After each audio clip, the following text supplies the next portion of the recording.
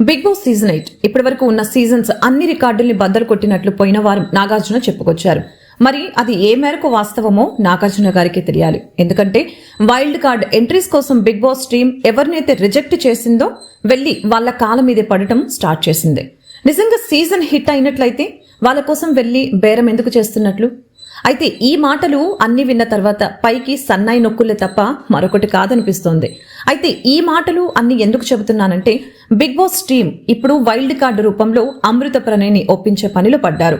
Season start అవ్వకముందంతా ఈమె పేరు అనుకున్న చాలా పెద్ద ఎత్తులో ప్రచారం చేసిన వీటన్నిటికీ ఒక్క వీడియో రూపంలో ఫుల్ స్టాప్ పెట్టారు అమృత ప్రణయ్. తనని ఎవరూ సంప్రదించలేదని కొట్టి పారేశారు. అయితే ఇప్పుడు తాజాగా వస్తున్న సమాచారం ప్రకారం బిగ్ బాస్ టీం ఈమెను ఎట్టి పరిస్థితుల్లో అయినా హౌస్ లోకి తీసుకోవాల్సిందేనని కంకణం కట్టుకున్నారు.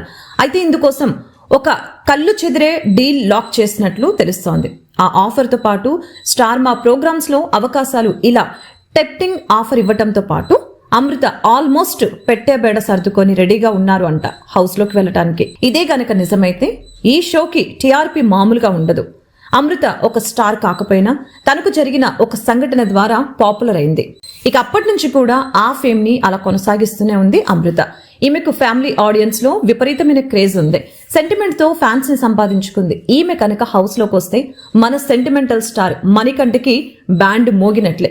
అయితే అమృత యూట్యూబర్ గా వ్లాగ్ వీడియోస్ చేస్తూ ఉన్నారు. ఆమెకి యూట్యూబ్ అండ్ ఇన్స్టాలో మంచి ఫాలోయింగ్ కూడా ఉంది.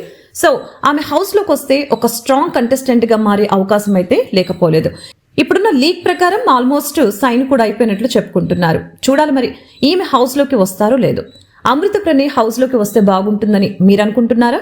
ఒకవేళ వస్తే హౌస్ లో సర్ప్రైజ్ అవ్వగలరా అని మీరు అనుకుంటున్నారా? ఆడియన్స్ ఈమెని యాక్సెప్ట్ చేస్తారా? మీ అభిప్రాయం ఏంటో కామెంట్ రూపంలో తెలపండి.